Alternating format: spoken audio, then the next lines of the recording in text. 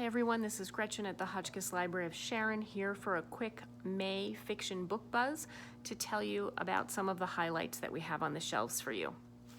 I will start out with some historical fiction for you. We have things from this country and from other parts of the world. First, we have Chris Bojalian's Hour of the Witch. The best-selling author, many of you know from his earlier work, has turned to the 1660s in Boston and, as the title implies, to the experiences of a woman who's obviously wrongly accused of witchcraft in Boston.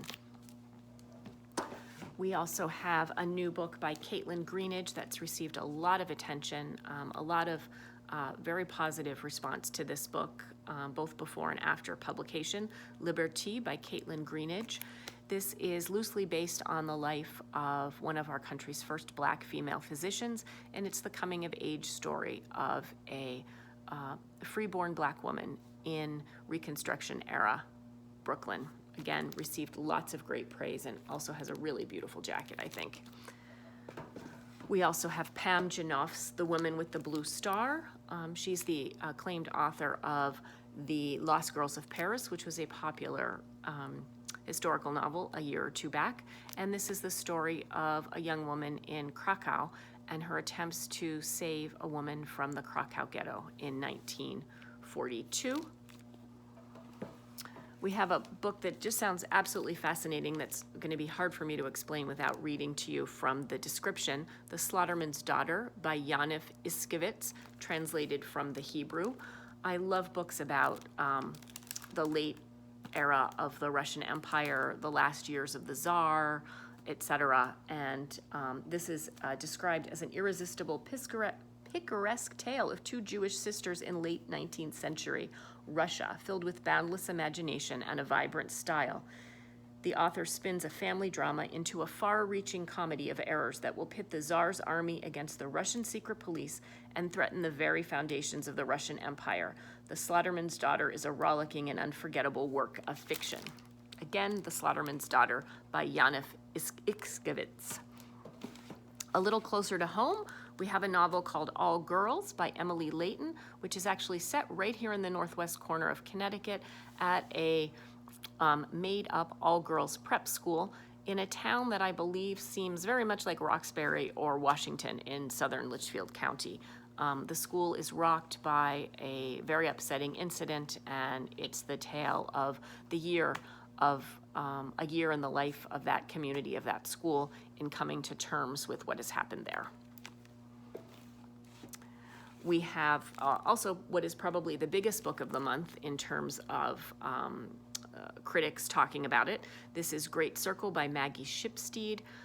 She's written two previous novels. I'm not familiar with her work, but there's lots of praise for her prose style and for her story here. And this is the story of a woman pilot in around 1914, 1915, I believe, who wants to circumnavigate the globe by flying over both the North and South Pole. And it's an ill-fated journey, as you can probably imagine.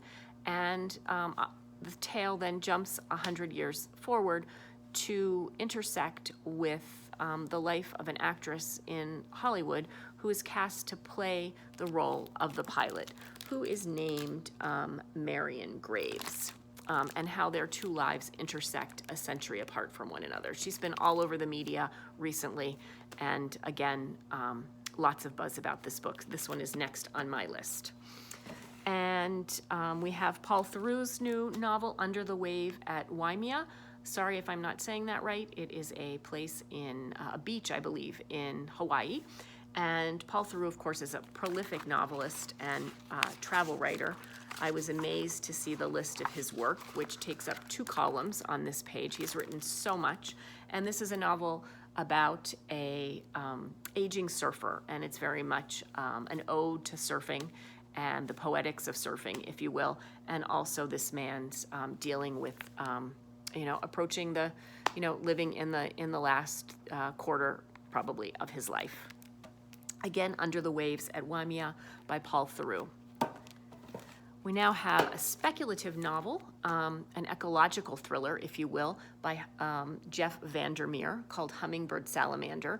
And it imagines what will happen when there is a lot of conspiracy dealing with endangered species and the possible end of all things on Earth. So if you like some speculative stuff and you're interested in ecological disaster and ecological thriller, it's sort of a new genre we have to read. This is for you. Another beautiful, beautiful, beautiful jacket with that hummingbird on there. And lastly, some science fiction for you science fiction fans. We have Andy Weir's Hail Mary, which is his latest, and he, of course, is the author of the very successful and popular Martian that was also made into a well-known movie. And this book, Project Hail Mary, deals with a lone astronaut who's the sole survivor of a last chance mission. And if he fails, humanity and Earth itself will perish. So how's that for a setup? Sounds very suspenseful and really good. He's a good writer. I think people enjoy his work, whether or not you're normally a science fiction fan. So all these great things are here ready for you at the taking. Just call to reserve, go online to reserve through the online catalog, or come on in to see us. We're open. It's beautiful weather. The front door's open. The back door's open. We hope to see you soon. Happy reading, everybody. Bye-bye.